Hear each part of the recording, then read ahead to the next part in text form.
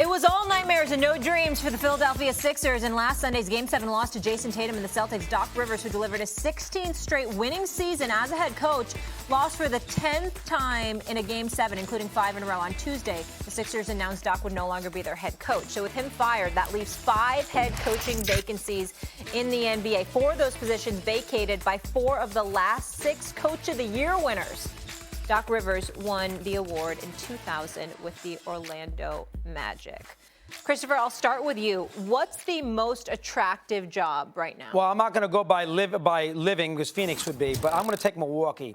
I think they have the most manageable star in Giannis. They have a history of winning. It's a nice town. They love their athletes. There's no nastiness. There's no booing. There's no edge to it. I think Milwaukee in the Eastern Conference as well. They lose something to prove, little edge, because they had a terrible loss to Miami. I love that job. I think that is a great job. I would never work in Philly. I don't want to deal with Harden ever. No, he's a coach killer. I don't want anything to do with him. Phoenix, Durant, got issues with him. You're not going to Detroit. So, I mean, to me, it's an absolute. I don't know what Steve's going to say, but to me, it's a no-brainer. Take the Bucks job. Steve, what are you going to say? To me, it's a no-brainer. It's Phoenix. I certainly wouldn't want Philadelphia because of the reasons Doggy said. I would not want Milwaukee because I don't think Chris Middleton is what he used to be. And the combination of him not being what he used to be with Giannis having some trepidation about the franchise to some degree. Plus, I look at Giannis's game, as awesome as he is, still a problem with perimeter shooting, still a problem with free throws, as we saw in the series against Miami. When I think about Phoenix, quality of life, yeah, obviously that would be first place. But then you got to take into consideration the combination of Durant and Booker being cornerstones of the franchise, I think is a plus. And that's easier to build around. They can hit perimeter shots. They can hit free throws. Obviously, they didn't show that in the closeout game against Denver.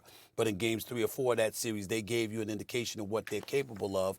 It's just that you need more reliable pieces. You don't need a guy in center, DeAndre Ayton, that booked a flight to the Bahamas for vacation and didn't tell anybody. He was there in person, but we all know his soul was in the Bahamas. Wow. He didn't want to play any damn basketball. Wow. He was there. That's why Monty Williams got fired. You couldn't rein him in and get him to max out effort-wise. And then CP3, God bless him, no matter what he tries, no matter how hard he works, no matter how dedicated, how he exhausts himself to do everything. He introduced me to a plant-based diet, Doggy, that got me healthier, for crying out loud. This is what CP3 has been doing for years. And somehow, some way, something always happens. I feel so bad for him, but you still can get some pieces around Devin Booker and Kevin Durant. So it comes down to this.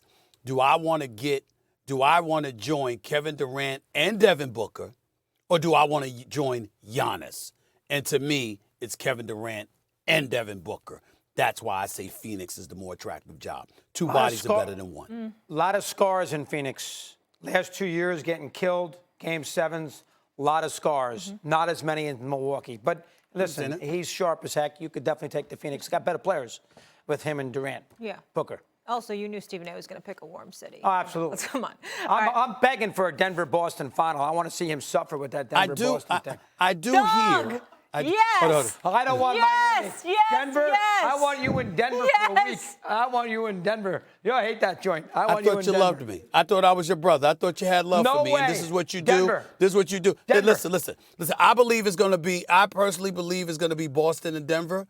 But we all know I'm rooting for L.A. and Miami. We know this. We know this without question. You know who else knows about Game 7s? Ray Allen, who revealed his all-time starting 5 to fadeaway world. Here's who he had. Michael Jordan, Magic Johnson, Larry Bird, Shaq, Hakeem.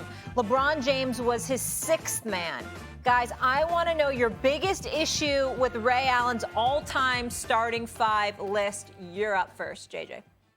Just a lack of, I think, three-point shooting would be my biggest issue. Again, they're all-timers, and Ray, one of the greatest three-point shooters ever.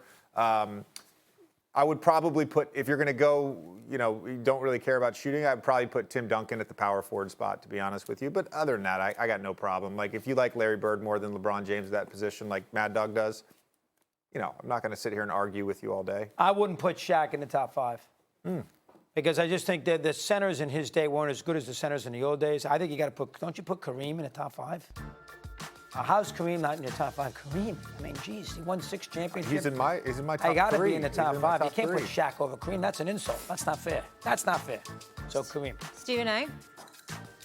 I'd put Kareem ahead of Shaq, and I'd have Duncan in there as a power forward. So it wouldn't be Olajuwon and Shaq. Neither of them would be there because Kareem would be my center, and obviously Olajuwon and Shaq were centers. Tim Duncan would be my power forward.